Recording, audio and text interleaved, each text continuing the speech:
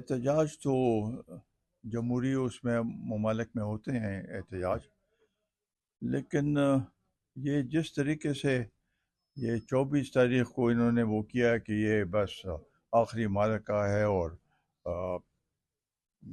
اس میں بس ہم پیچھے نہیں ہٹیں گے، تو ملک میں پہلے سے صورتحال سیاسی صورتحال میں عدم استحکام ہے۔ اس سے مزید آ،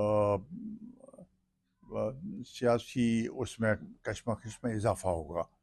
تو یہ تو ملک کے لیے صحیح نہیں ہے۔ میرا خیال سے کہ دونوں فریق کو، پی ٹی آئی کو بھی ذرا سوچ کے اور اس کے وہ کرنا چاہیے۔ ان کو تو ابھی تک ریلیف ملا ہے عدالتوں میں، تو کوشش وہی کریں۔ احتجاج سے اگر لوگ رہا ہونا شروع ہو جائیں تو پھر تو ملک کا قانون تو پھر پیچھے رہ جاتا ہے۔ دوسری طرف جو حکومت ہے وہ اس طریقے سے اس کا رد عمل ایسے آتا ہے کہ وہ بھی بڑا سخت ہوتا ہے۔ پورے شہر اسلام آباد کو بند کر دیا جاتا ہے، موٹر وے کو میں کٹے بنا دیے جاتے ہیں،